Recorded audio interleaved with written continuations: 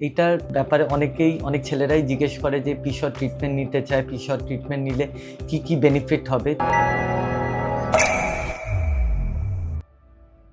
নমস্কার, আমার নাম ডক্টর অনির্বাণ ঘোষ। তো আজকের আলোচ্য বিষয় হলো পিআরপি পেনিস অর পিসড।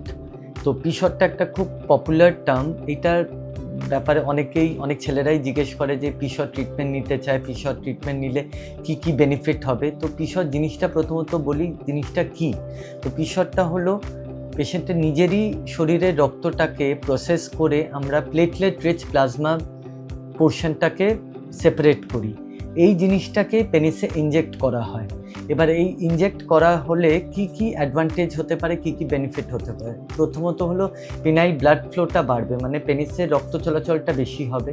দ্বিতীয়ত হলো এতে পেনাইল কিছু disease like erectile dysfunction, premature ejaculation মানে শীঘ্রপতন, ইরেকটাইল ডিসফাংশন, এইসব জিনিসগুলোতে অনেক ইমপ্রুভমেন্ট দেখা যায়। এছাড়া হলো পেনাইল সেন্সিটিভিটি মানে পেনাইল সেন্সেশনটা ইমপ্রুভ করে। এছাড়া হলো পেনাইল লেন্থ আর গার্থ অনেক সময় দেখা যায় যে বৃদ্ধি হচ্ছে। তো এই সব বেনিফিটগুলো পিসডে আমরা দেখতে পাই। এবার এই ট্রিটমেন্টটা কত ফ্রিকুয়েন্টলি করা হয়, সাধারণত 1 থেকে 1.5 মাস ছাড়া আমরা করি।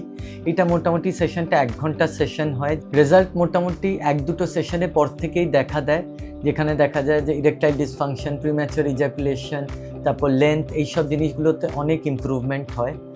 আর এছাড়া আরও অনেক কিছু ট্রিটমেন্ট আছে পেনাইল এনলার্জমেন্টের জন্যে, ইরেকটাইল ডিসফাংশনের জন্যে। এইগুলোর ব্যাপারে জানতে হলে আমার অন্য ভিডিওগুলো দেখতে পারেন, ওতে সরাসরি এগুলো বুঝতে পারবেন। এছাড়া আরও যদি আপনাদের মনে প্রশ্ন থাকে তাহলে আমাকে সরাসরি জিজ্ঞেস করতে পারেন, আমার চ্যানেলকে সাবস্ক্রাইব করতে পারেন। নমস্কার।